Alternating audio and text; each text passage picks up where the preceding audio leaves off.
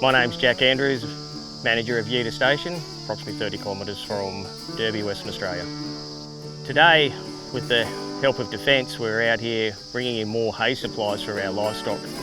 Obviously, with the massive flooding that has occurred, we've eaten down our hay supplies and we still have livestock that are on islands that don't have available pasture, and we require this hay to be able to fly out to them and continue to feed them. Well, obviously not having fodder available is a massive animal welfare challenge for us. Pastoralists, to be blunt, just love their livestock, and the thought of them being in a position where they don't have enough available pasture is quite concerning. So this initial phase is just managing that animal welfare aspect of the flood crisis that we've been through. We certainly expect flooding every year in Northern Australia.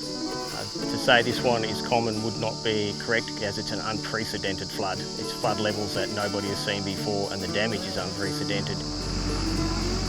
Once again, just a big thank you to the team. It's obviously it's quite warm in Northern Australia at this time of year. It's really humid, trying conditions for all those involved, so they're long days and we understand that. So grateful that Defence can be involved in helping us out with this, and I'm sure there's people in many townships in this area that will say the same.